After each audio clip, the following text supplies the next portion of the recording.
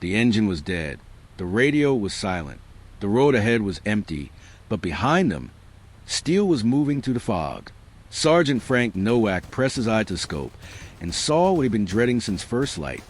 German tanks, rolling forward in a staggered column, turrets swiveling, hunting. His crew couldn't move. They couldn't run. All they could do was stay quiet, stay still, and hope the enemy rolled past. But Nowak knew better. He'd seen what happened to crews who hid. So instead, he gave the order no one expected. Load, armor piercing. We're not going anywhere. It was December 19th, 1944, and the German counteroffensive in the Ardennes had shattered the American line. What would later be called the Battle of the Bulge had begun 3 days earlier with a fury no one in Allied command had predicted. Entire divisions were encircled. Communication lines were cut. Roads that had been quiet supply routes today before were now contested killing zones. And in the chaos, small units found themselves alone, cut off, and forced to make decisions that would ripple far beyond their little corner of the war. Nowak's M4 Sherman, called sign Cobra King, had been part of mixed tank infantry column moving to reinforce a thinning defensive position near the town of Neufchâteau in southern Belgium. It wasn't supposed to be a combat mission. Intelligence had said the area was quiet. The Germans were miles away, bogged down in the north. But intelligence was wrong. By dawn, forward scouts reported armor, lots of it, pushing through gaps no one knew existed. Panic spread faster than orders. Some units pulled back, others dug in. Nowak's column tried to reposition, moving at speed down a narrow farm road flanked by dense winter woods and frozen fields. That's when the track broke. It happened without warning. A sharp crack, a lurch, and the entire left side of the Sherman dropped as the track peeled away and wrapped around the drive sprocket like a severed artery. The tank slewed sideways and came to a violent stop, blocking half the road. The crew inside were thrown against steel walls. Private Eddie Kowalski, the driver, cursed and slammed controls, but nothing responded. The engine was still running, but they weren't going anywhere. Corporal Jimmy Resnick, the gunner, looked back at Nowak with wide eyes. "Sarge, we gotta bail. We're sitting ducks." Nowak didn't answer right away. He climbed up to the commander's hatch and scanned the road. The rest of the column had already moved ahead, disappearing around a bend. No one had stopped. No one had noticed. They were alone. Behind them, maybe 2 miles back, he could hear the low rumble of engines, German engines. Deep, growling, methodical. Panzer IVs, maybe Panthers. It was hard to tell through the fog, but it didn't matter. They were coming, and Cobra King was a stationary target with no escape route and no backup. Most commanders would have ordered the crew out, disable the gun, scuttle the tank, and disappear into the woods. Standard procedure. Tanks were valuable, but crews were more valuable. You didn't throw lives away for a hunk of steel that couldn't move. But Nowak saw something else. He saw the road. It was narrow, hemmed in by trees and steep embankment on one side, a drainage ditch on the other. If the Germans wanted to push through, they'd have to come down this road. And if Cobra King sat right in the middle of it, turret forward, gun loaded, it wouldn't look like a broken-down casualty. It would look like a defensive position, maybe even the front edge of a larger force. "We're staying," Nowak said. Kowalski twisted around in his seat. "Sarge, we can't move. If they spot us, then we make them think twice before they roll up." Nowak dropped back into the turret. "Resnick, traverse left. Slowly. I want them to see the gun moving. Kowalski, keep the engine running. Loud as you can. Morrison, you got smoke?" Private Lou Morrison, the loader, nodded and pulled 2 smoke grenades from the rack. "Yeah, but what's the play here?" Nowak's jaw tightened. "The play is we look like we're dug in and ready. We make noise. We move the turret. We pop smoke if they get close. We make them believe there's more of us than there is." It was a bluff. A desperate, thin bluff built on psychology and luck. But it was the only card they had. The crew exchanged glances. Fear was written on every face. But so was something else. Trust. Nowak had gotten them through bad spots before. He didn't panic. He didn't fold. So they stayed. Minutes crawled by. The fog thickened. Visibility dropped to maybe 50 yards. The rumble grew louder. Nowak kept his eyes glued to the scope, sweeping back and forth across the tree line. Then he saw it, movement, a dark shape emerging from the mist, low and angular. A Panzer IV, its long gun probing forward like a predator testing the air. Behind it, another, then another. At least 5 tanks, moving in a loose wedge formation, turret scanning, machine guns ready. Nowak's heart hammered, but his voice stayed level. Resnick tracked the lead tank. Don't fire unless I say so. Morrison, stand by on smoke. The German column slowed. The lead Panzer stopped maybe 100 yards out, engine idling. Nowak could see the commander's hatch crack open. An officer in a black tanker's jacket rose partway, binoculars to his eyes, scanning the road ahead. He was looking right at Cobra King. Nowak held his breath. This was the moment. Either the German would see a lone, crippled tank and order an advance, or he'd see a defensive strong point and hesitate. Seconds passed. The officer lowered his binoculars. He spoke to someone inside the tank. The turret began to traverse, sweeping left and right, searching for targets in the fog. Then the Panzer's engine revved, but it didn't charge forward. Instead, it backed up slightly, angling off the road toward the tree line. The other tanks followed, spreading out, moving into the cover of the woods. Nowak exhaled. They'd bought time. The Germans weren't pushing the road. They thought it was defended, but this wasn't over. The enemy wasn't retreating. They were repositioning, probing, waiting for orders or reinforcements. And Cobra King was still stuck in the middle of it all. Sarge, Kowalski whispered, "What now?" "Now we wait," Nowak said, "and we keep them guessing." For the next hour, the crew played a silent, deadly game. Whenever the German tanks shifted position, Resnick would traverse the turret, making sure the 75mm gun was always pointed toward the nearest threat. Kowalski kept the engine running, sometimes revving it, sometimes letting it idle, creating an auditory illusion of multiple vehicles maneuvering. Morrison stayed ready with smoke grenades, and Nowak kept up a steady stream of fake radio chatter, speaking into a dead handset, as if he were coordinating with imaginary support units. Roger. 2nd platoon holding at checkpoint Bravo. 3rd platoon in reserve. Over. It was theater. Pure bluff. But from the German perspective, filtered through fog and fear and incomplete intelligence, it might have sounded real. The Germans didn't advance. They didn't retreat. They sat in the woods, engines idling, watching, waiting, trying to figure out what they were up against. And every minute they waited was a minute the American line behind them could regroup, reinforce, and dig in. But bluffs don't last forever. Around mid-morning, the fog began to lift. Visibility improved. Nowak saw more movement in the tree line. Not tanks this time, but infantry. German grenadiers moving in small groups, rifles ready, spreading out to flank the road. They were going to probe on foot, test the defenses, see if the lone Sherman was really alone. Resnick, Nowak said quietly, "Machine gun, traverse right, short bursts, make it look like we got infantry support in the ditch." Resnick swung the coaxial machine gun and fired a 3-second burst into the tree line, aiming high, not trying to kill but to warn. The Germans hit the dirt. A few fired back, bullets pinging off Cobra King's hull. Nowak waited, then had Resnick fire again, this time from a slightly different angle, as if a second gun was covering a different field of fire. The illusion held. The grenadiers pulled back, regrouping, calling for support. Then the radio crackled. Not Nowak's dead radio. The Germans. He could hear it faintly through the open hatch. Voices in German, sharp and tense. He didn't speak the language, but he understood the tone.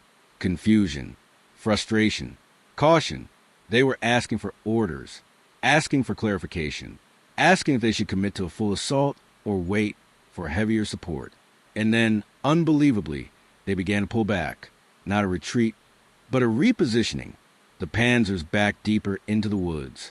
The infantry withdrew. The road ahead went quiet. Nowak didn't move. He didn't celebrate. He just watched, scope pressed at his eye, waiting for the trick, the ambush, the second wave. But it didn't come. By noon, the German column had disengaged entirely. They'd moved east, seeking another route, another gap, Another road that wasn't defended by what they believed was a fortified American position. Cobra King had held the line, without firing a single shot at enemy armor. They'd won by looking dangerous. It wasn't until late afternoon that an American recovery team finally reached them. A lieutenant in a mud-splattered Jeep pulled up, staring at the lone Sherman sitting in the middle of the road, engine still running, turret still manned. "What the hell happened here?" he asked. Nowak climbed out, boots hitting the frozen ground, legs shaking from hours of tension. "We had a mechanical," he said simply, "so we stayed." The lieutenant blinked. "You stayed? Alone? With German armor in the area?" "Yes, sir." The lieutenant looked at the tank, then at the crew, then back at Nowak. Slowly, a grin spread across his face. "You crazy bastards. Intel says a German column stalled here for hours. They thought they hit a defensive line. Command was trying to figure out where the hell we pulled reserves from." He shook his head. "It was you, one busted tank." Nowak didn't smile. He just nodded. "We did what we could, sir." The recovery team got to work repairing the track. By nightfall, Cobra King was mobile again, rolling back toward friendly lines. The crew didn't talk much on the way back. They were exhausted, drained, and still processing what they'd done. They'd faced overwhelming force with nothing but nerve and a broken machine, and somehow they'd made it look like strength. When they reached the rear area, word had already spread. Other crews wanted to know how they'd done it. Officers wanted details for after-action reports. But Nowak kept it simple. "We didn't run," he said, "and we made them think we had a reason not to." In the chaos of the bulge, where entire battalions were shattered and command structures collapsed, small actions like this often went unrecorded. Cobra King's stand didn't make the history books. There were no medals, no commendations, no dramatic headlines. But it mattered. That German column lost hours. Hours that allowed other American units to reposition, to dig in, to prepare. Hours that slowed the German advance just enough to matter in a battle where every minute counted. The lesson wasn't about firepower or tactics. It was about perception, about the space between what you are and what the enemy believes you are. Nowak's crew had no advantage except the willingness to hold ground and the intelligence to exploit doubt. They understood that in war, fear and uncertainty are weapons too. A lone tank that refuses to retreat can be more terrifying than a platoon that hesitates. Confidence, even when at a bluff, can shift the momentum of a battle. But there's a darker side to that lesson. Bluffs only work when the enemy has something to lose by calling them. The Germans hesitated because they'd been burned before by hasty advances into prepared defenses. They'd learned caution the hard way. In another context, with another commander, Cobra King would have been obliterated in minutes. Nowak's gamble worked not because it was brilliant, but because the circumstances aligned. Luck, terrain, fog, and an enemy doctrine that valued caution over aggression all played their part. Courage alone doesn't stop tanks. Context does. And yet, courage still matters. Because in that moment, when the engine died and the column moved on, and the German armor rolled closer, Nowak and his crew had a choice. They could have run. No one would have blamed them. But they chose to stay. They chose to fight with the only tools they had: noise, movement, and nerve. They chose to believe that even a broken machine, manned by determined men, could make a difference. Years later, Frank Nowak would describe that day without drama or pride. He'd say they were scared. He'd say they didn't think they'd survive. He'd say the decision to stay wasn't heroic. It was just the least bad option in a situation where every choice felt like a trap.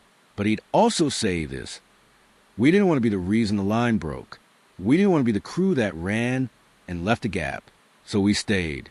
And somehow it worked. That's the truth of small unit actions in war. They're not clean or glorious. They're messy, terrifying, and often invisible. But they add up: a disabled tank holding a road, a bluff that buys time, a crew that refuses to quit.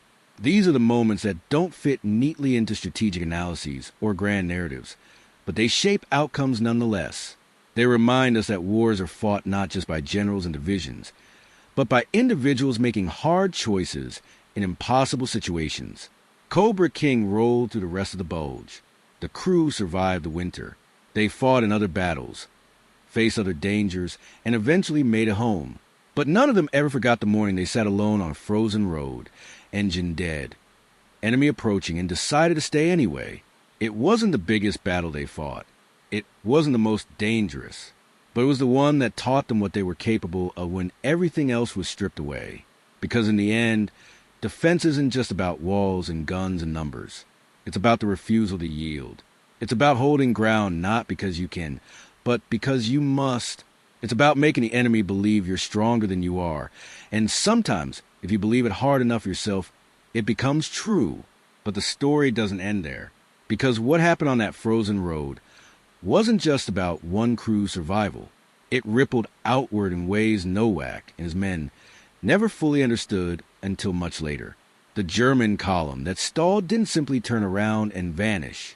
It reported back. And what it reported changed how the enemy approached that entire sector for the next 36 hours. The German commander leading that probe was Hauptmann Dieter Vogel, a veteran of the Eastern Front with 3 years of brutal combat experience. He wasn't a fool, and he wasn't reckless. He'd seen too many good men and good machines lost overconfidence. When his lead Panzer spotted Cobra King sitting alone on that road, his first instinct was aggression. Roll forward, eliminate the obstacle, and push through. But something stopped him. The tank wasn't moving, but it wasn't abandoned either. The turret was active, the engine was running, and there was no sign of panic, no sign of retreat. Vogel had learned to read battlefields the way a hunter reads tracks. A lone tank in the open, disabled and exposed, should have been an easy kill. But this one wasn't acting like prey. It was acting like bait. And in Vogel's experience, bait meant a trap. So he ordered his column to halt, spread out and observe. He sent infantry forward to probe. He waited for return fire, waited to see what else was hidden in the fog, waited for the picture to clarify. That caution cost him time. But more than that, it cost him initiative. By the time Vogel realized the tank was truly alone, other American units had used those hours to reposition. A company of infantry that had been retreating in disarray managed to dig in along a ridgeline 2 miles east. A battery of artillery that had been preparing to displace instead unlimbered and registered fire missions. A combat engineer platoon that had been tasked with demolition instead laid hasty minefields across 2 approach routes. None of these units knew about Cobra King. They didn't know a single tank crew had bought them the time they needed. They just knew the Germans hadn't arrived yet, so they used every minute they had. When Vogel finally bypassed a road and pushed his column east, he ran into that reinforced line. What he expected to be a gap was now a network of foxholes, machine gun nests, and pre-sighted kill zones. His lead Panzer took a hit from a concealed anti-tank gun and brewed up in seconds, black smoke pouring from the turret. The column halted again. This time, there was no bluff. The defenses were real. Vogel pulled back, called for support, and waited for orders. By the next morning, the German offensive in that sector had stalled entirely. Higher command redirected the attack north, where resistance seemed lighter. The road Cobra King had blocked never became a breakthrough route. It became a footnote in a battle full of chaos, one of dozens of small stands that collectively slowed the German advance just enough to matter. But Vogel didn't forget. Months later, after the war ended and officers on both sides began comparing notes in the strange, quiet aftermath of surrender, Vogel mentioned that morning in passing. He was being interviewed by an American intelligence officer tasked with compiling lessons learned. We encountered heavier resistance than expected near Neufchâteau, Vogel said in deliberate, careful English. A well-placed strong point held us for hours. We assumed it was a battalion-level defense. Only later did we learn it was far less. The intelligence officer made a note and moved on. But someone else in the room, a logistics captain who'd been with the recovery teams during the bulge, heard the reference and asked for clarification. When Vogel described the location, the date, and the lone tank sitting in the middle of the road, the captain realized what he was talking about. He tracked down Nowak's after-action report, a brief, understated document filed weeks after the fact, and put the pieces together. That's how the story finally got told, not in newspapers or commendations, but in a quiet exchange between former enemies trying to understand how a chaotic, desperate battle had unfolded. Vogel respected what Cobra King's crew had done. He called it good soldiering. He said they'd exploited his caution expertly, and he admitted he'd have done the same in their position. There was no bitterness, no resentment, just professional acknowledgement that sometimes the game goes to the side that plays their weak hand better. Nowak never met Vogel. He didn't know the German commander's name until decades later, when a historian tracked him down and shared the interview transcripts. By then, Nowak was in his 60s, living quietly in Michigan, working as a machinist, rarely talking about the war. When he read Vogel's account, he laughed, a short, dry laugh with no humor in it. He thought we were a battalion. Nowak said, "We thought we were dead." Funny how that works. But there was more to unpack. Because Cobra King's stand and the psychological warfare it represented wasn't unique. The Battle of the Bulge was full of moments like this. Small units, cut off and outgunned, making decisions that defied doctrine and logic. Some succeeded. Many didn't. The difference often came down to terrain, timing, and the enemy's state of mind. At Bastogne, paratroopers held a town surrounded by superior forces because the Germans assumed any position that refused to surrender must be strongly held. At St. Vith, a collection of mismatched units delayed an entire Panzer Corps for days because they fought from every house, every hedgerow, every ditch, creating the illusion of depth and strength. At Elsenborn Ridge, American artillery and infantry stopped a massive assault cold because the Germans underestimated the defensive preparation and overestimated their own momentum. What all these actions had in common was the exploitation of doubt. The Germans in December 1944 were not the Wehrmacht of 1940. They were tired, stretched thin, and fighting on multiple fronts. Their officers had learned hard lessons in Russia about the cost of reckless advances. They'd seen entire divisions chewed apart by Soviet defenses that looked weak but weren't.